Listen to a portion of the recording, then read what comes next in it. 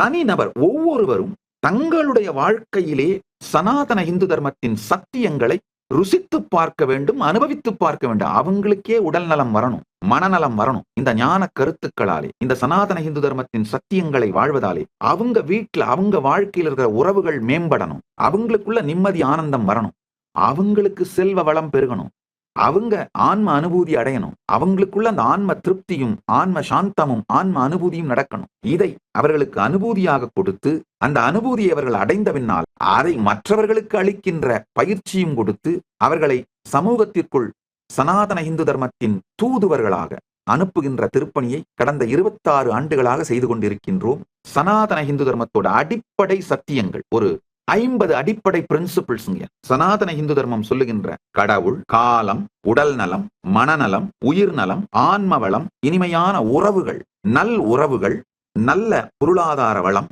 தன்னைத்தானே ஹேண்டில் பண்ணிக்கிற, மேம்படுத்திக்கிற உடல் மன உயிர் அமைப்பு, இது அத்தனையையும் அவர்களுக்கு அனுபூதியாக கொடுத்து, வெறும் அறிவா மட்டும் இல்லைங்க, அனுபூதியாக கொடுத்து அவர்கள் அதை மற்றவர்களுக்கு அளிப்பதற்கான ஆசிரியர்களாக 1 மாத பயிற்சியிலே எங்களால தயார் பண்ணி கொடுத்துட முடியும்.